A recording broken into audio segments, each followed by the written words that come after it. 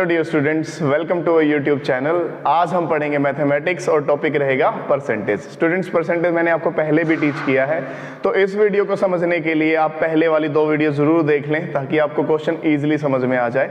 आज परसेंटेज की मैं 2 टाइप्स कवर करूंगा। पहली टाइप रहेगी on the basis of income, expenditure and saving, आय, खर्च और बचत के आधार पर। दूसरा मैं कवर करूंगा इसमें आपकी रहेगी on the basis of election and population, चुनाव तथा जनसंख्या के आधार पर जो क्वेश्चन आते हैं। तो चलिए ले लेते हैं फर्स्ट क्वेश्चन। स्टूडेंट्स, हिंदी में स्टेटमेंट आपको ऊपर लिखी दिखाई दे रही है, इंग्लिश में आपको नीचे अपीयर हो रही है, तो पढ़ लीजिए अपनी लैंग्वेज के अकॉर्डिंग। मैं आपके लिए एक बार रीड आउट कर देता हूं। स्टेटमेंट में बोला गया है कि ए की आय का 5%, बी की आय के 15% के बराबर है। दूसरा केस दिया गया बी की आय का 10%, सी की आय के 20% के बराबर है। अगर सी की इनकम 2000 है तो total A plus B plus सी तीनों की इनकम हमें बतानी है।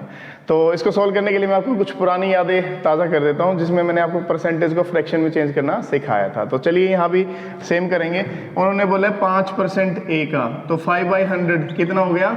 इसको छोटे रूप में लिख सकते हैं 1/20 ऑफ ए। इसी तरीके से बी के लिए क्या केस दिया है? 15% ऑफ बी, 15/100, इसको काटोगे तो आ गया आपका 3/20 ऑफ बी। बी का दूसरा केस है 10/100, तो ये हो जाएगा 1/10 ऑफ बी। इसी तरीके से सी के लिए बोला गया 20% इनकम का, तो 20/100, तो ये हो जाएगा आपका 1/5 ऑफ सी। तो ये फ्रैक्शंस को हमने परसेंटेज को फ्रैक्शंस में चेंज कर लिया। अब इनको यहाँ पे यूज करेंगे कैलकुलेशन के लिए। तो चलिए सबसे पहले लिखते हैं 1/20 ऑफ ए, किसके इक्वल दिया गया है हमें? 3/20 ऑफ बी के। इसी तरीके से बी का दूसरा केस क्या दिया गया हमें? 1/10 of B is equal to 1/5 of C. Students, यहाँ पे 2 केस है जिसमें एक जगह पे ए बी के इक्वल है, दूसरे केस में बी सी के इक्वल है। तो चलिए पहले हम ऐसी ट्रिक से यूज करते हैं यहाँ पे जिससे ए बी सी आपस में इक्वल आ जाएं। तो यहाँ पे बी 3/20 है, यहाँ पर 1/10 है, तो इसको हम 3/20 में चेंज कर लेते हैं ताकि तीनों को ए बी सी को इक्वल लिखा जा सके। तो यहाँ 3 है, यहाँ 1 है, तो कितने से गुना कर देंगे? 3 से। यहाँ 20 है, यहाँ 10 है, तो 10 को 20 में बदलने के लिए कितने से गुना कर देंगे? 2 से। सेम गुना हमें यहाँ पे भी करनी पड़ेगी इक्वल करने के लिए। तो ऊपर हमारी 3 से गुना हो रही है, नीचे हमारी 2 से गुना हो रही है। तो ऐसा करने पे हमारे पास क्या आ जाता है? यहाँ हो जाएगा 3/20, तो 1/20 ऑफ ए किसके इक्वल हो गया? 3/20 ऑफ बी। और तीसरा हमारे पास हो गया 3 एकम 3, 5 दूनी 10, तो 3/10 ऑफ सी। अब हमारे पास तीनों क्या है? इक्वल आ गए हैं। अब हमें स्टेटमेंट में दिया गया सी की इनकम, वो हमारे पास कितनी दी गई है? 3/10 ऑफ 2000। सी की इनकम हमारे पास कितनी है? 2000 रुपये है। तो फिलहाल इसको एक बार सोल्व कर ले, तो यहाँ पे क्या हो जाएगा? 0 से 0 कैंसिल आउट हो जाएगी। 3 की 200 के साथ गुना करेंगे तो कितना आ जाएगा? 600। तो यहाँ पे सोल्व होके कितना आ गया? 600। तो हमारी इक्वेशन क्या बन गई? 1/20 of A is equal to 3/20 of B is equal to 600। तो हमारा 1/20 ए की आएगा किसके इक्वल है? 600 के इक्वल है। इसी तरह से 3/20 बी की आएगा किसके इक्वल है? 600 के इक्वल है। तो चलिए इसको यूज करके ए और बी की सैलरी निकालते हैं। तो ध्यान से देखो, यहाँ पे हमारे पास पहले बी ले लेते हैं। 3/20 of B is equal to क्या है? 600 है। तो बी को इधर रहने दो, 3/20 को उधर ले जाओ, तो सैलरी आ जाएगी यहाँ से 600 इंटू में 20/3। तो इसको काटेंगे तो क्या हो जाएगा? 3 दूनी 6, यहाँ 200 आ गया। 200 की 20 से मल्टीप्लाई करोगे तो कितना हो जाएगा? 4000। ये क्या आ गई? हमारी बी की सैलरी आ गई। इसी तरीके से ए की सैलरी निकाल देते हैं। 1/20 ऑफ ए किसके इक्वल है? 600 के इक्वल है, फिर से, क्योंकि ए और बी दोनों ही 600 के इक्वल आ रहे हैं हमारे यहाँ पे। तो अब ए की सैलरी निकालने के लिए 1/20 को उधर लेके जाएंगे, तो 600 इंटू में 20 बाय में 1। अब इसकी कैलकुलेशन करोगे तो कितना आ जाएगा? 12,000। तो ये किसकी सैलरी आ गई स्टूडेंट्स? ए की सैलरी आ गई। देखो, ए की सैलरी आई है 12,000, बी की सैलरी आई है 4,000, सी की हमें दी हुई है 2,000। क्वेश्चन में पूछा गया है ए बी सी की टोटल इनकम बताओ, तो वो हो गई हमारी 18,000, जो कि दी हुई है डी ऑप्शन में। तो डी ऑप्शन क्या हो गया हमारा करेक्ट आंसर हो गया। जिस बच्चे को ना समझ में आया वो रिपीट करके देख ले बार बार, तो उसको आसानी से समझ में आ जाएगा। तो इनकम के मैं डिटेल में क्वेश्चन कराने वाला हूँ इस वीडियो में, 6-7 क्वेश्चन कराऊंगा आपको, ताकि हर एक तरह का इनकम एक्सपेंडिचर से रिलेटेड सारे क्वेश्चन आपको क्लियर हो जाएं। इसमें वीडियो में मैंने जो जितने भी क्वेश्चन कवर किए हैं वो RS अग्रवाल की बुक से हैं, और प्रीवियस ईयर 2019 में CPO या CGL में जो क्वेश्चन आए इनकम से रिलेटेड वो क्वेश्चन कवर किए हैं। तो ये बहुत ही काम के क्वेश्चन हैं, तो ध्यान से सीख लेना। इसके बाद आपको बुक पढ़ने की जरूरत नहीं पड़ेगी, जब भी आपको तैयारी करनी है वीडियो देखो, सारे क्वेश्चन यहीं से रिवाइज हो जाएंगे। तो इसलिए मैं इनकम के ऊपर काफ़ी सारे क्वेश्चन कराने वाला हूँ। तो इसका स्क्रीनशॉट ले लो, फिर नेक्स्ट क्वेश्चन कराते हैं। स्टूडेंट्स, नेक्स्ट क्वेश्चन की हिंदी में स्टेटमेंट आपको लिखी दिखाई दे रही है, इंग्लिश में आपको अपीयर हो रही है। मैं आपके लिए स्टेटमेंट पढ़ देता हूँ, बहुत ही इंटरेस्टिंग क्वेश्चन है, बहुत कुछ सिखा के जाएगा आपको, तो ध्यान से सीखिएगा। उसने बोला एक कर्मचारी है, उसके वेतन में से 10% किस पे, हाउस रेंट पे, और बचे हुए में से 15% चिल्ड्रन एजुकेशन पे, और उसके बचे हुए में से 10% किस पे खर्च हो जाता है, कपड़ों पे खर्च हो जाता है। इतना कुछ खर्च होने के बाद अगर उसके पास 1377 रुपीज बचे हैं, तो हमें बतानी है उसकी सैलरी। तो चलिए सीखिए, स्टेटमेंट में सब कुछ है। अगर मान ले उसकी सैलरी 100 है, तो 10% किस पे खर्च हो गया, हाउस रेंट पे, तो बची हुई सैलरी होगी 90। अब उसने बोला 90 का, देखो शेष का, ये इंपॉर्टेंट है, शेष का 15%, 90 का 15% कितना हो जाएगा, तो यहाँ से 0 डिडक्ट हो गई, 15 × 135, बचे हुए नीचे की 10 की एक 0 आ जाएगी, यहाँ पे बिंदु आ जाएगा, तो 13.5। तो ये क्या हो गया, 90 का 15% हो गया, 15 की 9 से गुना की और 10 के नाम का एक बिंदु लगा दिया। तो 90 में से अगर 13.5 घटा दोगे, जो किस पे खर्च हुआ है, बच्चों की एजुकेशन पे, तो हमारे पास बचेगा ये 76.5। तो अब बची हुई सैलरी कितनी है, 76.5 है हमारे पास।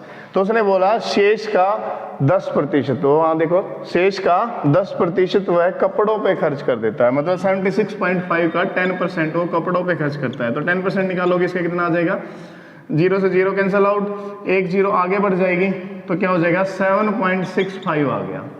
अब 76.5 में से 7.65 घटाएंगे तो क्या हो जाएगा, यहाँ 0, 10 में से 5 गए 5, और यहाँ 14 में से 6 गए 8, यहाँ पे हमारा 5 रह गया, 15 में 7 गए 8, और ये बच गया 6, तो ये आ गया हमारा 68.85। अब हमारे पास जब हमने इसकी सैलरी 100 मानी तो कितने रुपए बचे, 68.85। लेकिन स्टेटमेंट में कह रहा है कितने रुपए बचे हैं, 1377 रुपए। तो चलिए इसको एक लाइन के रूप में लिख लेते हैं, 68.85 लेफ्ट व्हेन सैलरी 100, 68.85 रुपए बचते हैं जब तनख्वाह कितनी है, 100 रुपए। तो 1 रुपया बचता है जब तनख्वाह कितनी है, 100 बटे में 68.85। हमें बताना है कि 1377 रुपए अगर बचते हैं तो कितनी सैलरी होगी, तो 100 इंटू में 1377 बटे में 68.85। तो चलिए, कई बार क्या होता है यहाँ पे बच्चे ना बड़ी कैलकुलेशन देख के डर जाते हैं, यही नहीं करना है, इसी में छोटी छोटी ट्रिक छुपी होती है। ध्यान से देखो, अगर इस बिंदु को हटा दे तो यहाँ पे क्या आ जाएगा, साथ में 100 आ जाएगा। अब इसको 5 से काटो, इसके लास्ट में 5 है ना, तो 5 से काटेंगे तो 5 1 5, 5 3 15, और फिर 5 7 35, और फिर 5 7 35, और यहाँ 5 20 पंजे 100 होता है। तो ये 5 से काटोगे तो 1377 आ गया ना, कितना आसान हो गया अब आपके लिए, ये पूरा पूरा यहाँ से कट जाएगा, बचा क्या हमारे पास 20। 20 की गुना कर दोगे 100 के साथ, तो आंसर कितना आ जाएगा, 2000। 2000 क्या होगी, उसकी सैलरी होगी, जो कि हमारी दी हुई है फर्स्ट ऑप्शन में। तो फर्स्ट ऑप्शन क्या हो गया हमारा, करेक्ट आंसर हो गया। तो स्टेप वाइज चलना है। यहाँ बच्चे गलती करते हैं, शेष का 15% नहीं लेते, वो पहले 100 में से 10 घटा देते हैं तो 90%, फिर 90 में से सीधा 15 माइनस कर देते हैं। देखो 90 में से होना कितना माइनस था, 13.5, वो सीधा कितना माइनस कर देते हैं, 15। इस शेष को नहीं पढ़ते, ये बहुत इंपॉर्टेंट है। तो स्टेटमेंट को ध्यान से देख के पढ़ना और उसके अकॉर्डिंग क्वेश्चन को सोल्व करना। बहुत सारे बच्चे इस क्वेश्चन में 2100 आंसर निकालते हैं, तो आपको ये गलती नहीं करनी है। 2000 आंसर आता है, शेष वाला हिस्सा बहुत ही ध्यान से पढ़ना है। तो चलो इसका स्क्रीनशॉट ले लो, फिर नेक्स्ट क्वेश्चन करते हैं। स्टूडेंट्स बढ़ते हैं इनकम के फोर्थ क्वेश्चन की तरफ। हिंदी में स्टेटमेंट ऊपर लिखे हुए हैं, इंग्लिश में आपको नीचे अपीयर हो रही है, तो स्टेटमेंट पढ़ देता हूँ आप सभी के लिए। बोला गया है ए प्लस बी का वेतन कितना है, 43,000 है। ए अपनी आय का 95%, बी अपनी आय का 80% अगर खर्च कर दे और दोनों की सेविंग्स इक्वल हो तो ए की सैलरी बतानी है हमें कितनी है। तो ध्यान से देखो यहाँ पे क्या बोला गया है हमें। सबसे पहली बात, ए प्लस में बी किसके इक्वल है, 43,000 के इक्वल है। स्टूडेंट्स ए अपनी आय का कितना खर्च कर रहा है, 95%। बी अपनी आय का कितना खर्च कर रहा है, 80%। तो 95 को 95/100, 80% को 80/100 हम लिख सकते हैं। स्टूडेंट्स इनको छोटा कर लेते हैं काट के, तो ये हो जाएगा हमारा 5 एकम 5, 5 नीम 45, 20 पंजे 100 होता है, 20 चौके 80, 20 पंजे 100। तो इसको लिख सकते हैं 19/20 और इसको लिख सकते हैं 4/5। तो मैंने जैसे कि आपको बताया एक परसेंटेज का जो फ्रैक्शन होता है उसमें नीचे क्या लिखी होती है, ओरिजिनल वैल्यू, वास्तविक संख्या, और ऊपर होता है उसका परसेंटेज, प्रतिशत। इसका मतलब क्या है, बी अपनी आय का 80% खर्च कर देता है, तो उसकी आय कितनी है 5, और 4 क्या है उसका 80% है। ऐसे ही यहाँ पे बी अपनी आय का 95% खर्च कर रहा था, तो बी की आय है 20 और वो कितना खर्च कर देता है 19। अभी हमें क्या बताया गया है, दोनों की आय मिला के कितने के बराबर है, 43,000। लेकिन हमारी यहाँ पे कितनी आ रही है 25। अगर 25 आय बराबर है किसके, 43,000 के, तो एक सैलरी किसके बराबर होगी, 43,000/25। हमसे पूछा सिर्फ ए की सैलरी बतानी है, तो ए की कितनी यहाँ पे 20 है, तो 20 सैलरी किसके बराबर हो जाएगी, 43,000/25 इंटू में 20। तो काटोगे तो पाव पाव 25, 5 का 20, 5 से काटोगे तो 5 8 40, 5 6 30, 2 0। अब इस 8600 को अगर 4 से गुना करोगे तो आपका आंसर आ जाएगा 34400। ये आपका आंसर बन गया, जो कि आपका दिया हुआ है डी ऑप्शन में। तो इस तरीके से आपको इस क्वेश्चन को सोल्व करना था। तो चलो एक बार स्क्रीनशॉट ले लो, फिर नेक्स्ट क्वेश्चन करते हैं। स्टूडेंट्स नेक्स्ट क्वेश्चन में देखो, सुधा ने ना दान देने का निर्णय लिया, तो उसने सोचा उसकी मासिक आय का वो 12% डोनेट करेगी, लेकिन उसका मन चेंज हो गया। जिस दिन डोनेट करना था तो उसने क्या किया, 4800 रुपये दान किए, और जो उसने पहले सोचा था वो उसका कितना है 80% है। तो हमें बताना है उसकी जो मंथली सैलरी है उसका 27% कितना होगा। तो पहली बात तो ये, उसने पहले कितना डोनेट करने की सोची थी, 12% दान देने का उसने निर्णय लिया था। अब उसने कितना किया, 4800 रुपीज़ दान किए, डोनेट किए, लेकिन वो क्या है, जो 4800 रुपीज़ हैं वो 80% है सोची गई पहली राशि का। तो पहले तो 80 को क्या लिख सकते हैं, 80/100 लिख सकते हैं। इसको छोटा कर लो पहले तो ये हो जाएगा आपका 4 दूनी 4 से नहीं चलेगा, 2 चौके 8, 2 पंजे 10, तो हमारा आ गया 4/5। स्टूडेंट्स ये हमारी पहली सोची गई राशि थी, ये अभी जो डोनेट की गई है वो राशि है। तो यहाँ पे क्या है, 4 बराबर है 4800 के, 1 बराबर है 4800/4, और पहली सोची गई राशि कितनी हो जाएगी, 5 किसके बराबर हो जाएगा, 4800/4 गुना में 5। इसको काटोगे तो क्या आ जाएगा, 4 एकम 4, 4 दूनी 8, 0 0। 1200 को 5 से गुना करोगे तो कितना आ जाएगा, 6000। तो जो 12% पहले डोनेट करने के लिए सोचा था ना, वो कितने रुपए हैं, 6000 रुपये हैं।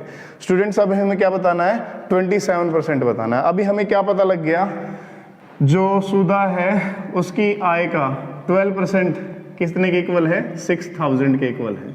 1% कितने के इक्वल हो जाएगा, 6000/12। अभी हमें कितना बताना है, 27% उसकी मासिक आय का कितने के इक्वल है, तो 6000/12 गुना में 27। काटोगे तो क्या हो जाएगा, यहाँ पे इसको काटेंगे तो 6 कम 6 1000 आ जाएगा ऊपर, नीचे क्या आ जाएगा, 6 दूनी 12 हो जाएगा। फिर से 2 से काटोगे तो कितना आ जाएगा, यहाँ पे 500 आ जाएगा। 500 की जब हम 27 के साथ गुना करेंगे तो ये आंसर आ जाएगा 13,500, जो कि हमारा दिया हुआ है डी ऑप्शन में। तो डी ऑप्शन क्या हो गया हमारा, करेक्ट आंसर हो गया यहाँ पे।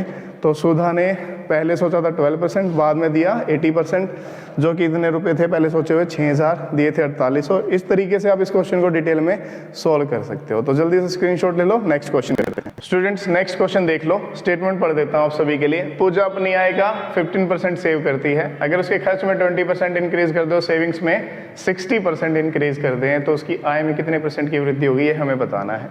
तो सबसे पहले आपको याद रखना है, जो हमारी इनकम होती है ना, वो होती है सेविंग प्लस में एक्सपेंडिचर। तो आपको दिया गया है कि वो 15% सेव करती है, तो हम मान लेते हैं उसकी इनकम कितनी है 100।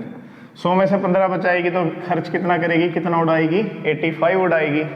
अब उन्होंने बोला कि उसके खर्च में 20% की इंक्रीज कर दिया गया है, तो 85 का अगर 20% निकालोगे तो वो आ जाएगा आपका 70, जो मैंने यहाँ पे लिख दिया है। और फिर बोला गया कि बचत में 60% की वृद्धि की गई है, तो 60% 15 का कितना हो जाएगा, अगर आप इसको निकालोगे तो ये आ जाएगा आपका 9। ठीक है जी। अब स्टूडेंट्स 17 और 9 को जोड़ते तो आता है हमारा 26। तो अब उसकी आय कितनी हो गई है 126। जिन बच्चों को ये नहीं समझ रहा है उनके लिए और सिंप्लीफाई करके लिख देता हूँ। पहले वो 15 रुपये बचाते थे, अब 9 रुपये और बढ़ गए हैं, तो 15 और 9 को जोड़ोगे तो कितना हो जाएगा आपका 24 हो जाएगा। पहले वो 85 रुपीज़ उड़ा रही थी, अब साथ में 17 रुपये और एक्स्ट्रा मिल गए उसे उड़ाने के लिए। इन दोनों को जोड़ोगे तो कितना हो जाएगा 102। इन दोनों को जोड़ोगे तो कितनी आय बन गई 126 बन गई। स्टूडेंट्स पहले आई थी 100, अब 126, तो 126 माइनस में 100 कितना है 26 बढ़ी है। कितने पे बढ़ी है उसकी आय 100 पे बढ़ी है, तो 100 गुना में 100, 100 से 100 काटोगे तो कितने परसेंट बन गई है 26% बन गई। ये हमारा आंसर हो गया।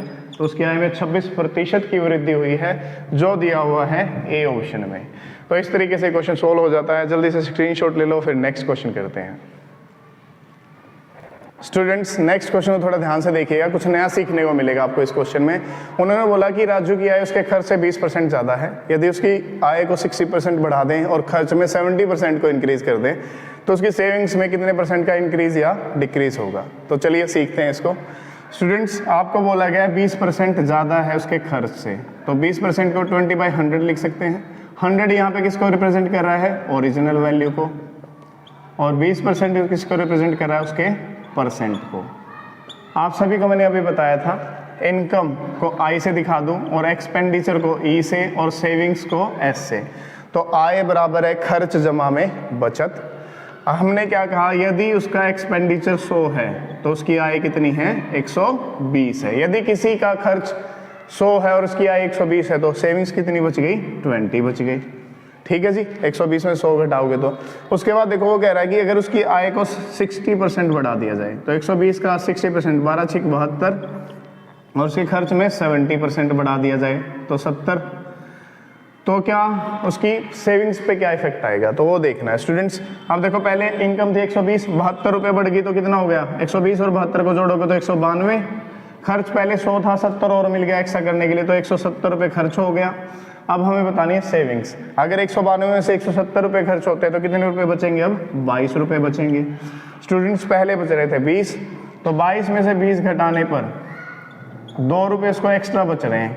वो 2 रुपये एक्स्ट्रा कितने पे बच रहे हैं 20 पे, तो 20 गुना में 100, इससे इसका क्या निकलाएगा परसेंटेज निकलाएगा, तो 20 पंजे 100, तो उसकी बचत में 10% की क्या हुई है वृद्धि हुई है, क्योंकि उसको 2 रुपये एक्स्ट्रा बचने शुरू हो गए, तो 10% अधिक हो गई है उसकी वृद्धि। तो जो दिया हुआ है बी ऑप्शन में, तो बी ऑप्शन हो जाएगा करेक्ट आंसर। तो स्क्रीनशॉट ले लो, फिर नेक्स्ट क्वेश्चन करते हैं। नेक्स्ट क्वेश्चन देखिए स्टूडेंट्स, आपको दिया गया है कि ए की आय बी की आय से 50% अधिक है। ये ए है, ये बी है। इन्होंने बोला कि ए की आय बी की आय से 50% ज़्यादा है। अगर ए बी की आय 100 मान लोगे तो ए की आय कितनी हो जाएगी 150 हो जाएगी। उन्होंने बोला ए की आय में 40% का इंक्रीज करना है, तो 40% बढ़ाओगे तो 15 चौके 60, और बी की आय में 90% का इंक्रीज करना है, तो 100 का 90% 90 हो गया। तो बताओ कि ए प्लस बी की संयुक्त आय में कितने की वृद्धि हुई है। तो 60 और 90 को अगर जोड़ते हो तो ये आ जाता है 150 की वृद्धि हुई है। कितने पे 150 जमा में 100 250 पे, तो परसेंटेज निकाल दो। 150/250 इंटू में 100, इसको काटोगे तो कितना आ जाएगा 60%, जो कि आपका क्या रहेगा करेक्ट आंसर रहेगा। ये सिंपल सी कैलकुलेशन है, मैंने इसलिए नहीं की, आप सभी इजीली कर लोगे। तो 60% किस में दिया गया है, सी ऑप्शन में दिया गया है। सी ऑप्शन आपका आंसर हो जाएगा करेक्ट। तो चलो स्क्रीनशॉट ले लो, फिर नेक्स्ट क्वेश्चन देखो। सो स्टूडेंट्स, इस क्वेश्चन से नेक्स्ट टाइप के क्वेश्चन शुरू हो गए हैं। नेक्स्ट टाइप का नाम है on the basis of election and the population, चुनाव तथा जनसंख्या के आधार पर। पहला क्वेश्चन देख लीजिए, 2 उम्मीदवारों के बीच चुनाव में एक उम्मीदवार को कुल वैध मतों का कितना प्राप्त होता है 55% प्राप्त होता है। 20% वोट क्या है इनवैलिड है। अगर टोटल वोट 7500 हो तो जो दूसरा कैंडिडेट चुनाव में हार गया है उसको वैलिड वोट्स के कितने वोट मिले ये आपको निकालना है। स्टूडेंट सबसे पहली बात कि 20% वोट क्या है इनवैलिड है। ठीक है जी। तो 100 में से अगर 20% घटाओगे तो कितना बच गया? 80%। तो 80% वोट क्या है? वैलिड हैं, वैध मत हैं, जिनका हमें इस्तेमाल करना है। तो हमें दिए गए टोटल 7500 वोट्स। इसका कितना यूज़ करना है? अभी हमें सिर्फ 80% करना है, क्योंकि 20% का कहीं भी यूज़ नहीं हुआ है। तो इसको काटोगे तो 80% कितना आ जाएगा आपका? 6000 आ जाएगा। यहाँ से गुना करके देखोगे तो आप, अब आपको पता लग गया कि वैलिड वोट्स कितने हैं? 6000 हैं। उन्होंने बोला कि एक को मिले 55%, जो बच गया दूसरा उसको कितने मिले? अगर 6000 किसके बराबर है? 100% के बराबर है। तो एक को 55% मिले, ये घटाएंगे तो दूसरे के वोट्स आ जाएंगे ना, उसको कितने मिले? तो 100 में से 55% घटाओगे तो बच गया कितना? 45%। तो जो हार गया कैंडिडेट उसको 6000 का कितने प्रतिशत मिला है? 45% मिला है। अब 6000 का अगर 45% निकालोगे तो 2 जीरो कट आउट हो जाएंगे यहाँ से। जब इसकी गुना करोगे तो आपका आ जाएगा 2700। करके देख लीजिएगा, ये आपका आंसर हो जाएगा जो दिया हुआ है ए ऑप्शन में। तो जो कैंडिडेट हार गया उसको कितने वोट प्राप्त हुए? 2700 वोट प्राप्त हुए। तो कुछ इलेक्शन के क्वेश्चन हैं जो मैं आपको कराने वाला हूं, चुनाव वाले। ये करने के बाद आपको बुक से प्रैक्टिस करने की जरूरत नहीं पड़ेगी। जब भी रिवीजन करना हो इस वीडियो को आप देख सकते हैं। तो स्क्रीनशॉट लीजिए, फिर नेक्स्ट क्वेश्चन करते हैं। नेक्स्ट क्वेश्चन देखिएगा स्टूडेंट्स, क्वेश्चन का लेवल थोड़ा बढ़ गया है। स्टेटमेंट को ध्यान से रीड आउट कर लीजिए। 75% वोटिंग हुई है एक जगह पे, जिसमें से 2% वोट क्या निकली? इनवैलिड। और एक बंदे को मिली है 9261 वोट, जो है 75% ऑफ वैलिड वोट। तो आगे फर्दर कैलकुलेशन करके बताना है कि टोटल रजिस्टर्ड वोटर कितने थे। तो यहाँ पे सबसे पहले देखो 75 का 2% क्या है? इनवैलिड है। तो 75 का 2% निकालोगे तो कितना आ जाएगा? 1.5। तो ये क्या होगी मेरी? अवैध मत, अमान्य मत या इनवैलिड वोट। अब वैलिड वोट कितनी हो जाएंगी मेरी? 75 में से वैध मत कितने हो जाएंगे? 1.5 को घटाओगे तो आ जाएगा 73.5। इसकी वैल्यू आगे बहुत बार यूज होगी। अब देखो उन्होंने बोला है कि एक व्यक्ति को कितने वोट मिले हैं? 9261, जो क्या है? इसका 75% है। वैलिड वोट का वो 75% है। तो हम यहाँ क्या कह सकते हैं? 75% ऑफ वैलिड वोट किसके इक्वल है? 9261 के। 1% किसके होगा? 9261 अपॉन में 75। 100% कितना? यानी कि ये वैल्यू किसके इक्वल होगी? 9261 अपॉन में 75 इंटू में 100 आ जाएगा। अब इसको जब आप कैलकुलेट करते हो तो कर लो।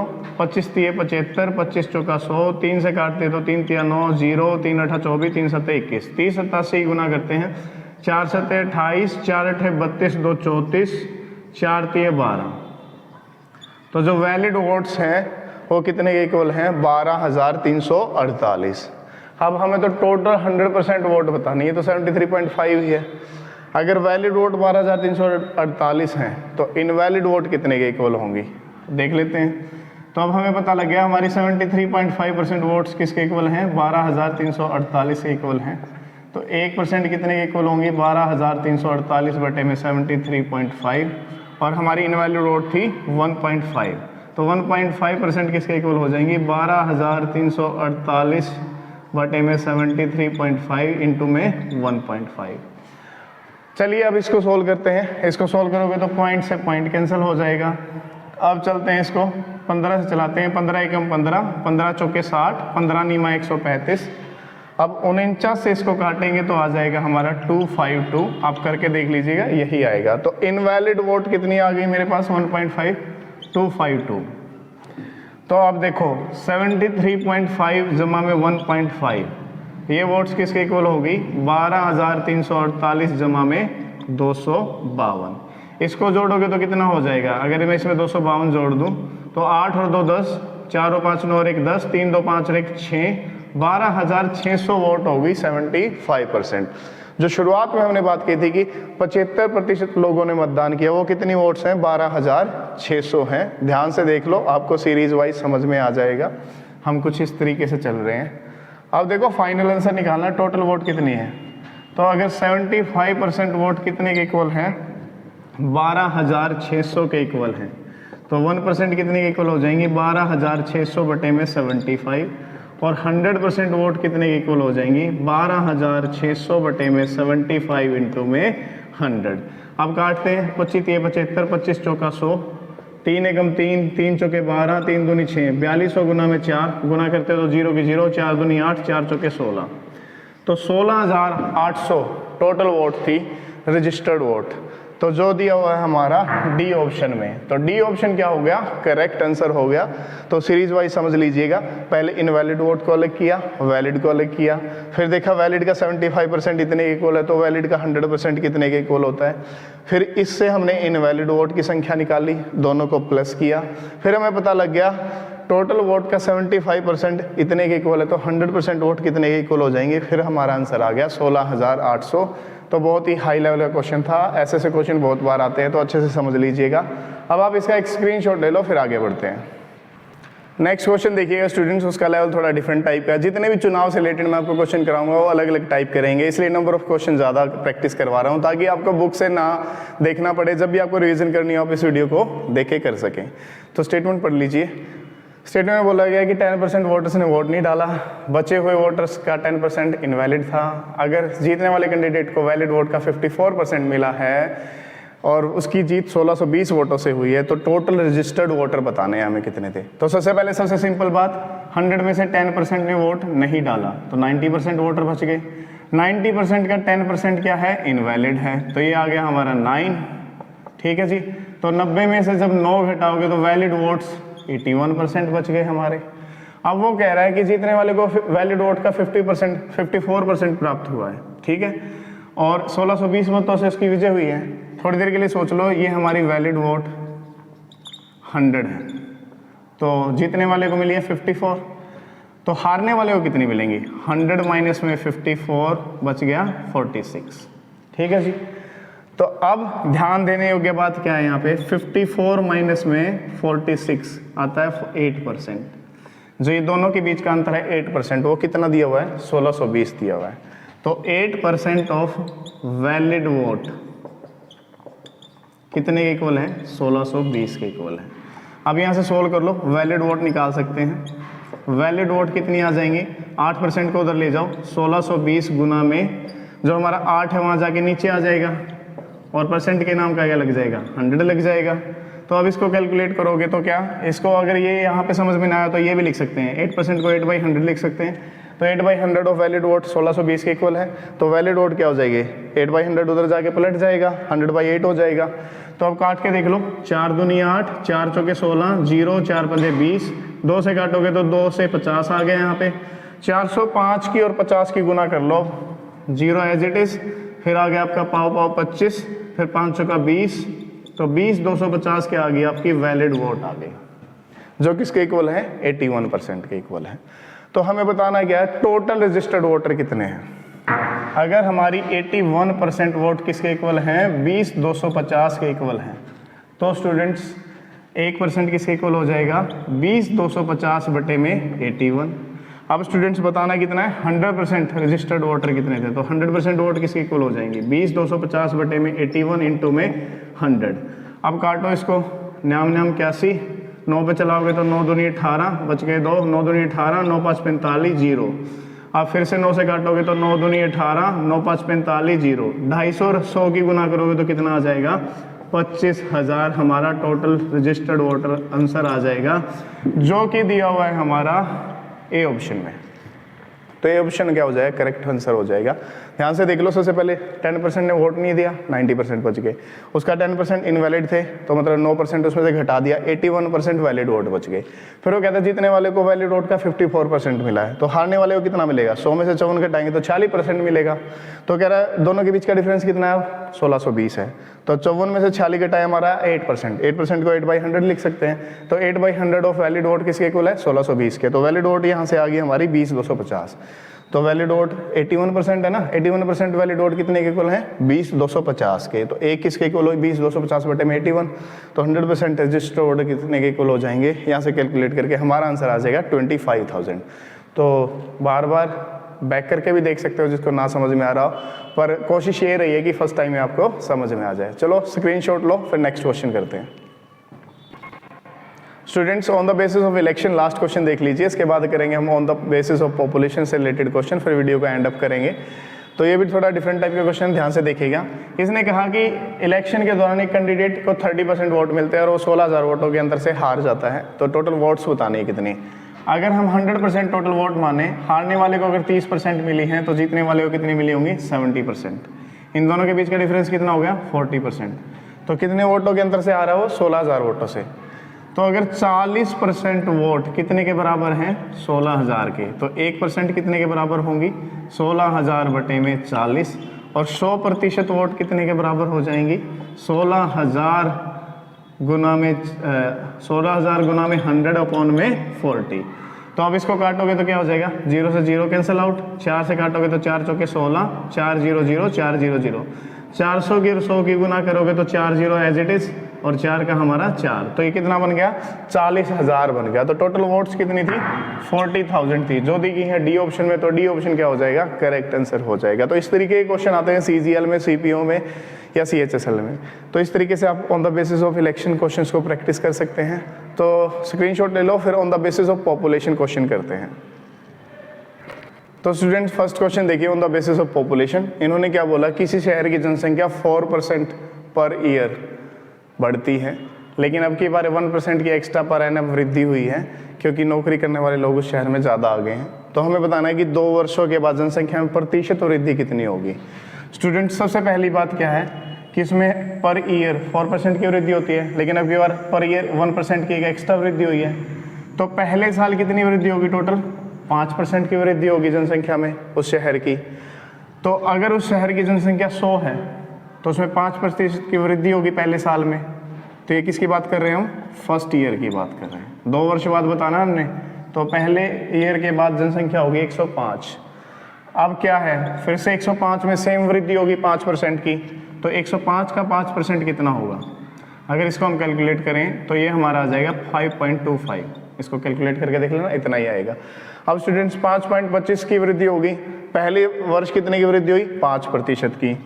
ठीक है जी। सेकेंड ईयर जो वृद्धि हुई है वो 5.25% की हुई है। अब स्टूडेंट्स दोनों को जोड़ लो, 5% पहले साल, दूसरे साल 5.25%, जोड़ने पे आ गया 10.25 की वृद्धि है। कितने की वृद्धि है? 10.25 की वृद्धि है। तो ये कितने पे है? पहले जनसंख्या कितनी थी? 100, उस पे है ना। तो 10.25 100 का कितने प्रतिशत हो जाएगा? तो 100 से 100 काटोगे तो कितना आ गया?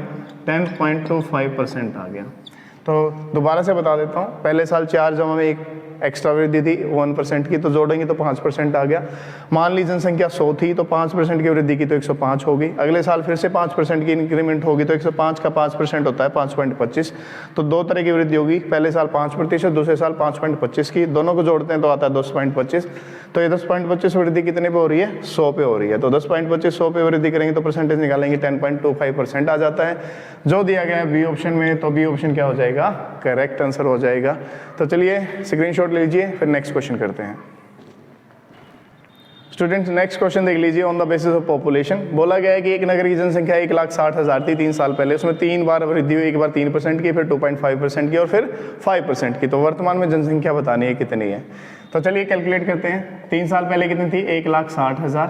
तो पहले बढ़ी उसकी 3%, तो ये 3% कितना हो जाएगा? 4800। इसको जोड़ देते हैं इसमें।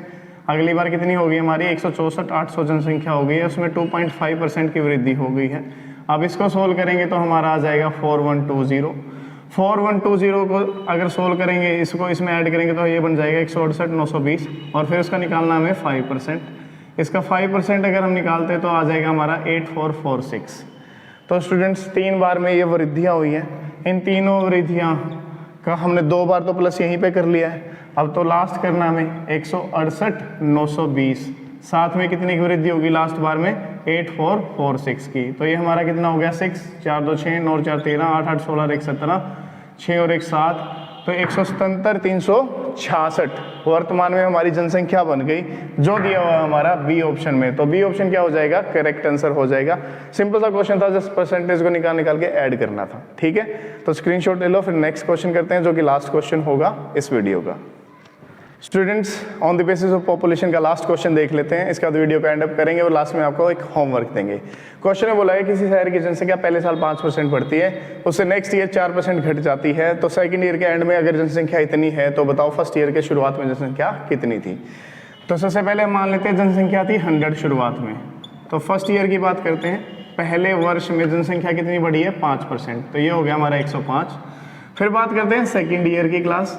सेकेंड ईयर में कहता है कि वो 105 का 4% घट जाती है, तो 105 का 4% निकालेंगे तो कर लो, 4 एकम 2500 का 100, 25 से काटेंगे इसको, पाव 25, 5 दूनी 10, 5 एकम 5, 5 से 21 को काटोगे तो 500 का 20, 5 दूनी 10, 4.2 घट गई। तो कितना घट गई, 105 का 4.2 कर दो माइनस, 10 में से 2 गए 8, 4 में से 4 गई 0, तो ये 100.8 हो गया। स्टूडेंट्स 100.8 जनसंख्या किसके इक्वल है, 55 12 248 के।